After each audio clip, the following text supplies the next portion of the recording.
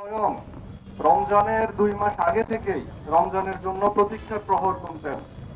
সেই রমাদান আমাদের একেবারে সন্নিকটে এসে উপস্থিত।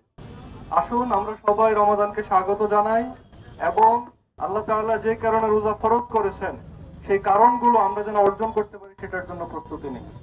সম্মানিত উপস্থিতি, রমজানে আমাদের দেশের মানুষজনের অনেক বেশি কষ্ট হয়ে যায় যখন অসাধু ব্যবসায়ীরা দ্রব্যমূল্যের দাম বাড়িয়ে দেয়।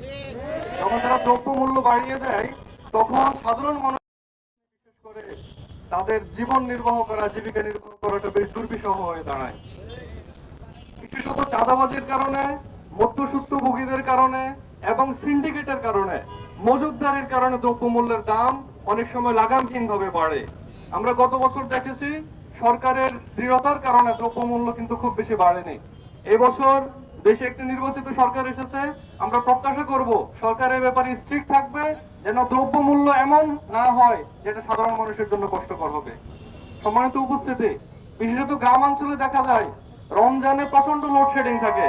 তারাবির নামাজের সময় মুসল্লিরা বিদ্যুৎ ছাড়া নামাজ পড়তে হয়। সেজন্য আমরা কর্তৃপক্ষের দৃষ্টি আকর্ষণ করছি আপনারা রমজানে নিরবচ্ছিন্ন বিদ্যুৎ সংযোগ দিবেন। বিশেষত সাহারি ইফতারের সময় এবং তারাবির নামাজের সময় বিদ্যুৎ সংযোগ যেন নিরবিচ্ছিন্ন থাকে, এটা আপনারা এনশিওর করতে হবে।